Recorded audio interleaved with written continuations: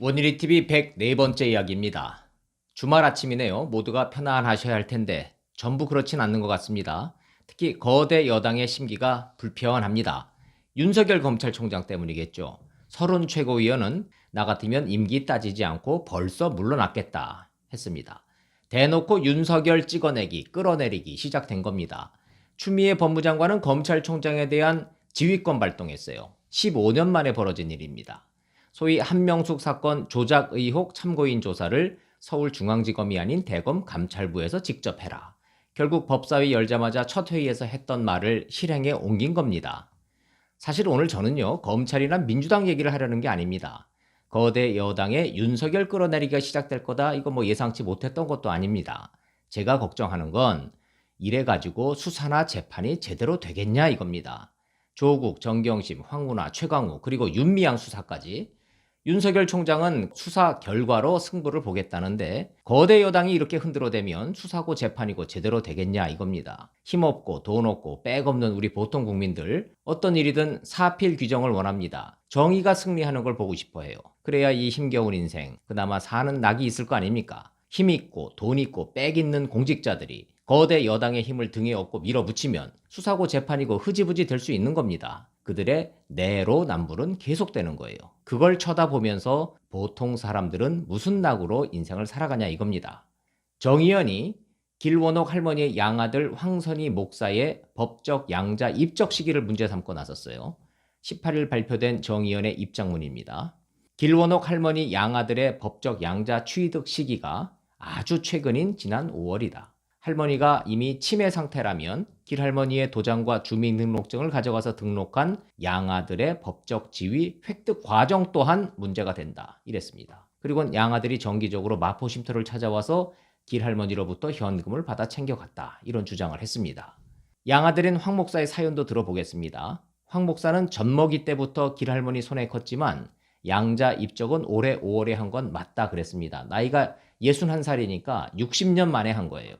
생모가 10대 후반 미혼모였고 길할머니가 산부인과에서 핏덩이 아기를 받아서 젖 동량으로 키웠답니다. 그때는 혼자 사는 여자가 자식을 호적에 올리는 게 법적으로 불가능했죠. 그래서 동거인으로 살았답니다. 양아들하고. 그런데 학교가 들어갈 나이가 되니까 호적이 문제가 됐겠죠. 길할머니는 그때 황씨 집안에 첩으로 들어갔고 그래서 아기는 황씨 성을 받아서 호적에 올라가게 됐다 이겁니다.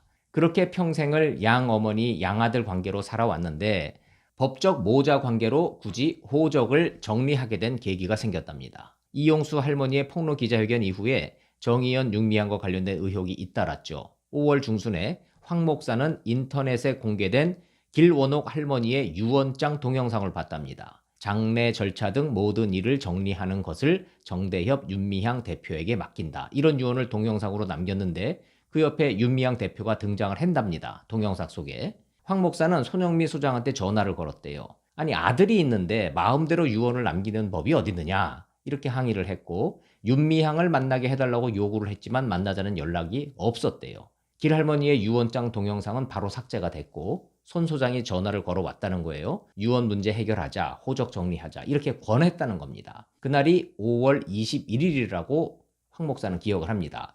5월 21일은요, 검찰이 마포 쉼터 압수수색한 날이에요. 그리고 5월 27일 황 목사는 마포구청에 가서 길할머니하고 법적 모자 관계 호적 신고를 마쳤습니다. 그 이후에 황 목사 부부가 손영미 소장을 만났죠. 손영미 통장에 있었던 1,000만 원, 2,000만 원, 총 3,000만 원을 양아들인 황 목사 통장으로 이체를 하고 길할머니 통장 내역 보자 했더니 무릎을 꿇고 어쩌고 했던 그 이야기 다 알려진 사실 그대로입니다. 양아들 부부는 검찰에 나가서 참고인 조사를 받았어요.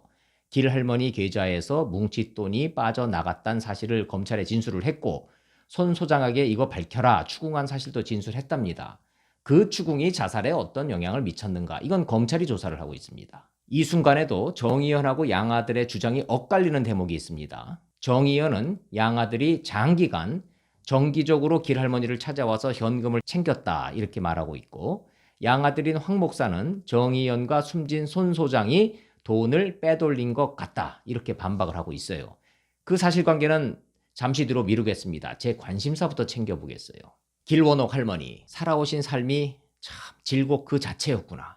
어려서 꽃다운 나이에 일본군 위안부로 끌려갔지요. 해방 이후에 돌아와서 살아오신 삶의 궤적, 위안부 생활 못지않게 참 힘겨웠겠다. 어느 정도였을 거다 감히 표현조차 못하겠어요, 저는. 산 목숨을 이어가는 것도 힘들었겠지만 그 외로움, 고독감, 이게 더 힘들지 않았을까 이런 생각을 해봅니다. 기구했던 건 길할머니뿐이 아니었어요. 고 곽예남 할머니, 수양딸을 뒀습니다. 그 수양딸도 목사예요.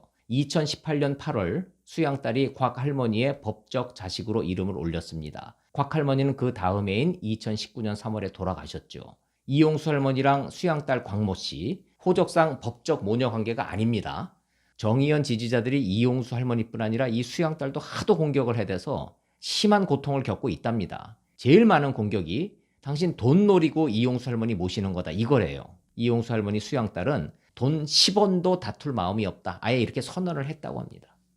위안부 할머니들의 가족관계에 대한 정확한 통계가 잘 안 보입니다. 대부분 법적 관계가 아니라서 그렇다는 거예요.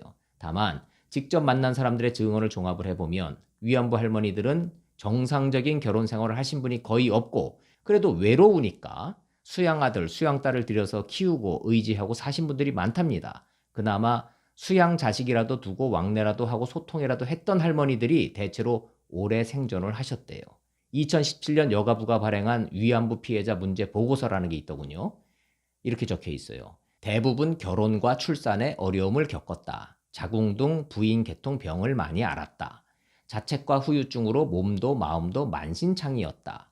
결혼을 하는 경우는 적었고 하더라도 첩이나 자식 딸린 재취 경우가 많았다. 이렇게 적혀 있습니다. 여기까지가 제가 알게 된 위안부 피해자 할머니들의 그 힘든 인생의 고통입니다. 자, 이제 다시 정의연과 길원옥 할머니 가족의 다툼으로 가보겠습니다. 정의연이 입장문을 냈다고 했죠. 내용이 꽤 긴데요. 모두 추상적 문장입니다. 이런 식이에요. 정성과 헌신으로 피해 당사자들을 보살펴왔던 손영미 소장의 삶을 송두리째 부정하고 정의연을 비리 집단으로 몰며 인권운동가 삶을 실천해 오신 길 할머니의 명예를 심각하게 훼손하는 행위다. 일방적 주장에 기초한 악의적 보도를 당장 중단하고 사과하라. 여기서도 결론은 악의적 보도, 언론에 대한 비난입니다. 그런데 핵심은 돈이죠. 제가 수십 번 지적한 것 같은데 핵심은 돈 어디 갔냐입니다. 통장 까고 내역 공개하고 영수증 제시하면 간단하게 끝날 문제였습니다. 처음부터. 누가 시작했고 누가 해결할 문제입니까? 윤미향입니다. 다른 사람이 없어요. 정대협이든 정의연이든 30년 끌고 온 건 윤미향입니다. 어느 누구도 극단적 선택을 할 이유가 없는 문제였습니다. 양아들의 자질과 자격을 자꾸 의심합니다. 정의연은. 100번 양보해서 아들이 나쁜 사람이다. 돈을 요구했다. 그래서 줬다. 그랬으면 그 회계 불투명 면죄부가 되냐 이거예요. 전 이걸 묻는 겁니다. 양아들이 좋은 사람이다 나쁜 사람이다. 이건 본질이 아닌 겁니다. 처음부터. 정의연과 윤미향의 30년 모금 인생, 그 회계 투명성, 그걸 밝혀라 하는 건데 왜 엉뚱한 걸로 초점을 흐리는지 모르겠습니다. 대의 명분으로 일을 하는데 사소한 회계 실수가 있었답니다. 제가 기자 31년째 하면서 역대 정권의 각종 비리 사건 수십 수백 건을 겪고 취재를 해봤지만 요즘처럼 황당한 적이 없습니다. 조국, 정경심, 윤미향 대응 방식이 똑같습니다. 도대체 공정, 정의, 염치 이런 게 실종됐습니다. 공인이잖아요. 장관에, 국회의원에. 그런데요. 공인한테는, 공직자한테는요. 법적 정의보다 훨씬 넓은 개념의 도덕적 정의, 윤리적 정의라는 게 있습니다. 그래서 공직자라 하면 권력 주고 월급을 주는 거예요. 국민 세금 걷어서. 국민은 그래서 검증을 요구할 권리가 있는 겁니다. 최소한 장관하고 국회의원 하려면 내가 저지른 일이 법적으로 문제가 된다 안 된다 이전에 더 엄격한 기준으로 도덕적 윤리적으로 문제가 없는 건지 스스로 묻고 답을 내놔야 되는 겁니다. 언제부터인지 우리 사회는요. 그 기준이 이중잣대가 돼버렸어요. 남의 편한테는 엄격한 잣대를, 우리 편한테는 고무줄 잣대를 허용했습니다. 이런 상황에서 실체적 진실을 가리는 게 검찰이 힘들 겁니다. 어쨌든 나라 안팎이 시끄럽습니다. 북한이 해안 포문을 열었다는 불길한 소식도 있고 미국에선 볼턴의 회고록 파장이 큽니다. 코로나 사태는 또 언제 끝나려는지. 하지만 그 어떤 큰 이슈가 터지더라도 전 윤미향과 정의연 사태 그리고 조국과 정경심 국민 관심에서 서서히 잊혀지고 묻혀지고 그렇게 가면 안 된다고 생각합니다. 위안부 할머니들의 기구했던 삶과 그 고통 그걸 생각해서라도 돈의 명확한 흐름, 누가 어디서 얼마를 어떻게 했나, 그 사실관계만큼은 아무리 시간이 걸리더라도 검찰이 명백히 밝혀줘야 합니다. 거대 여당의 힘에 밀려 검찰이 다 못하면 국민이라도 나서서 해야죠. 전 그게 정의 구현이라고 믿는 거고, 그런 낙이라도 있어야 이 힘든 세월, 힘없고 돈 없고 백 없는 국민도 살 맛이 있을 거기 때문입니다. 원일이 TV 마치겠습니다. 고맙습니다.